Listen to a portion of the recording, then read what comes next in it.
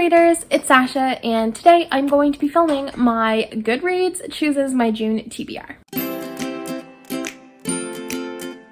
I have a few things to announce before I continue doing this series. I realize that doing punishments gives me really bad anxiety, and I'm not going to do them.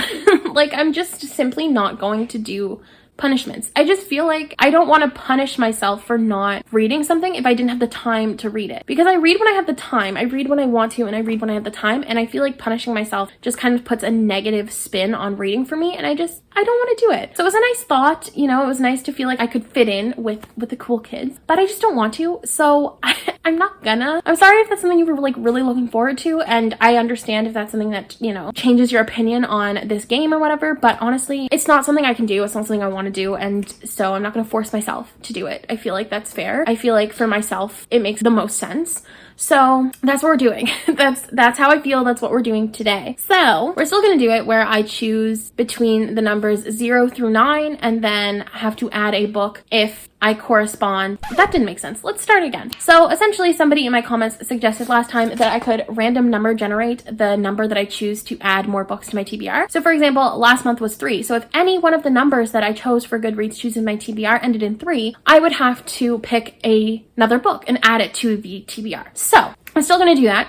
I've decided to add in the 0 because now that I'm not doing punishments, it doesn't matter if I take away a book or not because it doesn't matter. So I've decided the choices for my numbers will be between 0 and 9. And whichever number that ends with, I'll add another one. And hopefully I get to read them. And if not, it is what it is because it's not a huge deal. So I feel like we can start now that I got that off my chest.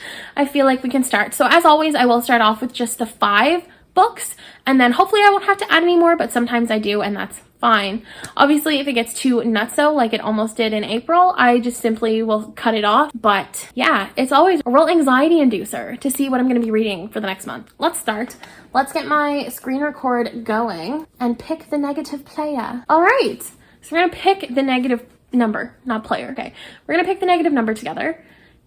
And it's going to be 9. So if any of the numbers that I use in this random number generator end in 9, then I will add another book to my TBR. That's fair. That seems reasonable. So I'm going to change this. I believe I have I have 853 books in my Goodreads. And there are 4 books on top of these ones that I'm going to be adding that I really want to get to in the month of June for vlogs and for the book club that I co-host. So I'll go over those at the end, of course, but we're just gonna start and hope I don't have to add any more. You know, it'd be really sick if I landed on one of the ones that I wanted to read in the month of June. That's always such a goal in my head, and that never happens because it would be so rare. So it's fine. It won't happen. That's cool. Okay, so we're ready to go, and let's start with number 1. 293. All right, so we'll go over to page 3 here, and let me see. 293 is all the way at the bottom, pretty much. When Elephants Fly by Nancy Richardson Fisher. I don't know why I had so much trouble reading that. I believe this is like a mental health story. I'm really not 100% sure though. Okay. So T. Lily Decker is a high school senior with a 12-year plan, avoid stress, drugs, alcohol, and boyfriends, and take regular psych quizzes administered by her best friend Sawyer to make sure she's not developing schizophrenia. Genetics are not on Lily's side. When she was 7, her mother, who had paranoid schizophrenia, tried to kill her. And a secret has been revealed that Lily's odds are even worse than she thought. Still, there's a chance to avoid triggering the mental health condition if Lily can live a careful life from ages 18 to 30, when schizophrenia most commonly manifests.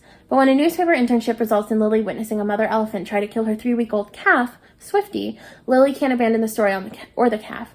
With Swifty in danger of dying from grief, Lily must choose whether to risk everything, including her sanity and a first love, on a desperate road trip to save the calf's life, perhaps finding her own version of freedom along the way. So I think what drew me to the story originally was the elephants. I'm not gonna lie, I thought that was a really interesting part of the story. I feel like we do have a lot of young adult contemporary stories that deal with mental health, but I feel like we don't have a lot that deal with mental health and elephants. So that's what drew me in. I'm very excited to read this. This wasn't something that I ever wanted to like pick up right away. So that's what I love about this game, is that it gives me an opportunity to pick up some books that I might not have chosen for myself. And I feel like that's such an incredible way to get through my TBR. I really like that. So that's a great start to this. I'm pretty happy with that. All right, let's go. 46. Okay, so that's going to be something that I own. So we'll go back, go down as much as I can. 46. Who are you? What are you? Defy the Stars by Claudia Gray. These are hefty books. I'm nervous. So Defy the Stars is a sci-fi young adult, and I'm excited about it because I actually kind of like sci-fi now. I feel like that's weird to say, but here we are. Yeah, it's a 500-page book, so like here, of course, why not? But anyway, she's a soldier. Naomi Vidal is willing to risk anything to protect her planet, Genesis, including her own life. To their enemies on Earth, she is a rebel. He is a machine. Abandoned in space for years, utterly alone, Abel's advanced programming has begun to evolve. He wants only to protect his creator and to be free.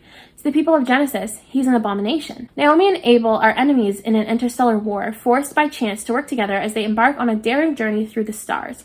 Their efforts would end the fighting for good, but they're not without sacrifice. The stakes are even higher than either of them first realized, and the more time they spend together, the more they're forced to question everything they'd been taught was true. Fast-paced, romantic, and captivating, Defy the Stars is a story about what it means to be human, about deciding what you truly believe in, and about finding your place in a dangerous world. I really like this.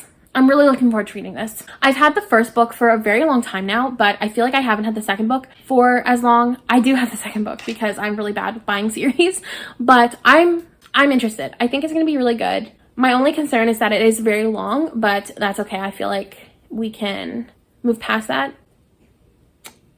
We'll see. We'll see. That's another really good one to have. Okay, nice. We're off to a pretty good start. All right.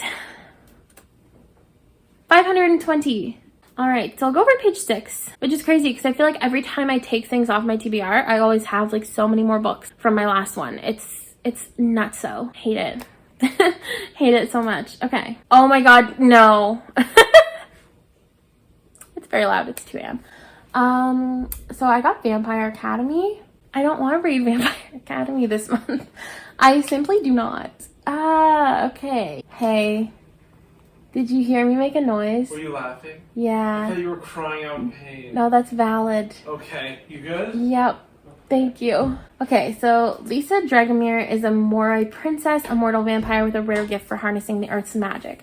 She must be protected at all times from Strigoi, the fiercest vampires, the ones who never die. The powerful blend of human and vampire blood that flows through Rose Hathaway, Lisa's best friend, makes her a Dampier.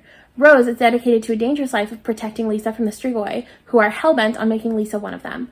After 2 years of freedom, Rose and Lisa are caught and dragged back to St. Vladimir's Academy, a school for vampire royalty and their guardians to be, hidden in the deep forests of Montana. But inside the Iron Gates, life is even more fraught with danger, and the Strigoi are always close by.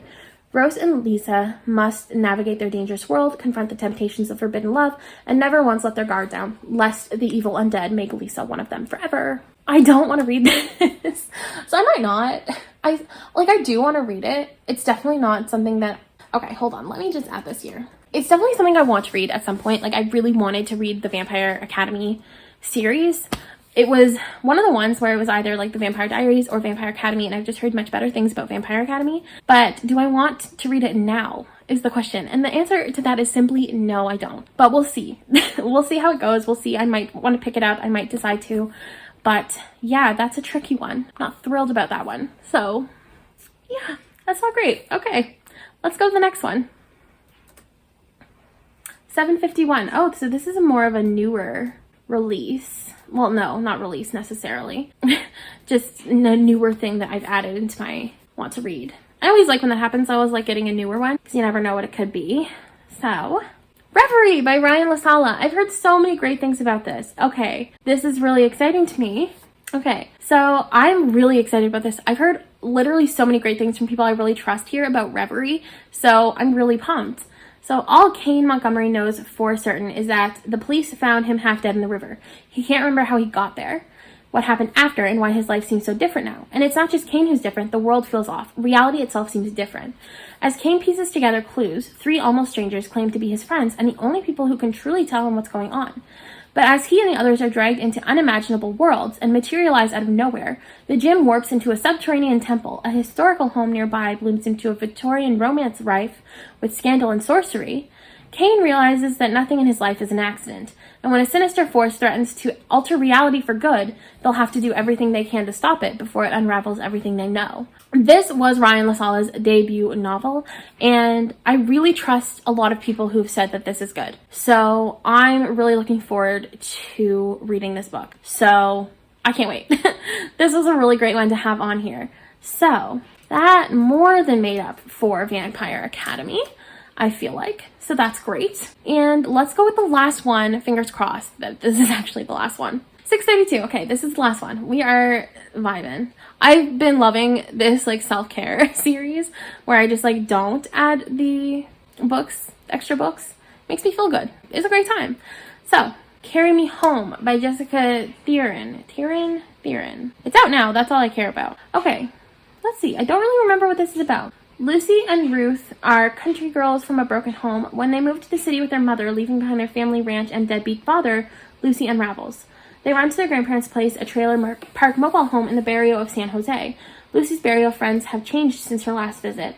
They've joined a gang called VC. They teach her to fight, to shank, to beat a person unconscious, and play with guns. When things get too heavy and lives are at stake, the three girls head for LA seeking a better life. But trouble always follows Lucy. She befriends the wrong people, members of another gang, and every bad choice she makes drags the family into her dangerous world. Told from 3 points of view, the story follows Lucy down the rabbit hole along with her mother and sister as they sacrifice dreams and happiness, friendships and futures. Love is waiting for all of them in LA, but pursuing a life without Lucy could mean losing her forever. Ultimately, it's their bond with each other that holds them together, in a true test of love, loss, and survival. This sounds incredible! Oh my god, okay. Absolutely nobody I know is talking about this book, but this sounds so incredible. I cannot wait to read that. Why did I forget that that existed? Oh my gosh, okay. So I'm having a great reading month-ish. We'll see what happens, but yeah, okay. Now that I got that out of the way, let me take some time to figure out the books I'm reading for the vlog, and then I will be back. I'm back! Okay, so I figured out everything that I want to read for this month, and I'm pretty happy with everything that I've chosen. So I'll first talk about the Winers Book Club pick for June. So we did pick a pretty new release. It's literally not coming out till mid-June, and that is Darling by Kay Akram. It's apparently just an LGBT Peter Pan retelling, and I'm really looking forward to it. I have concerns though, because a lot of people might not be able to get their hands on the copy, but yeah, we are looking forward to reading it as a group. Next, I am going to be doing another Educate Yourself reading vlog. I really liked doing my first one for plus size representation in books, and I decided to go with non-binary representation in this next installment of it because I feel like it's not something that I read a lot about, so I really wanted to educate myself, literally educate myself more on the subject. So for that, I'm reading Can't Take That Away by Stephen Salvatore, which is about a young person who is in a singing competition, I believe. I'm not really 100% sure about the plots of a lot of these. I kind of wanted to keep it really simple and not necessarily know everything. So Can't Take That Away. And then The Ghost We Keep by Mason Deaver, which is a new release coming out June 1st. And I read Mason Deaver's first story, I Wish You All the Best, and really absolutely enjoyed it. I thought they did a fantastic job. And so I'm really looking forward to The Ghost We Keep. I do know that it's about a person, I believe they are non-binary, who loses their brother. And they're kind of coming to terms with that, as well as coming to terms with their identity. And the next book that I'm going to be reading is a memoir and kind of like a non-fiction autobiographical book called Genderqueer by Maya Kobabe. I'm so sorry if I'm saying that wrong, but Maya is a person who goes by E, M, and air pronouns. And so this is a book about air life and what it's like to be a genderqueer person and kind of how to maneuver that at a young age. And I'm really looking forward to reading more of a nonfiction and more realistic kind of discussion about it. So I decided to include that as well in my Educate Yourself. And then on top of that, I am reading the 5 books that Goodreads chose for me. So When Elephants Fly, Defy the Stars, Vampire Academies, Reverie, and Carry Me Home. So those are the 5, I guess those are the 9 books that I'm planning on reading in the month of June. I obviously hopefully will be reading more than that. Hopefully I can get through the whole Defy the Stars series because I really like doing series together, especially sci-fi series. We'll see what happens. All I know is that I'm hoping that I read a little bit more than the 9 books. I'm happy not having a lot of restraint on what I'm reading. I'm happy to be here and doing this. So thank you for tuning into this video. Please don't forget to like, comment, and subscribe for more content. I do post twice a week and I have a lot of fun videos that I'm sure you're not going to want to miss out on. And until next time, bye readers!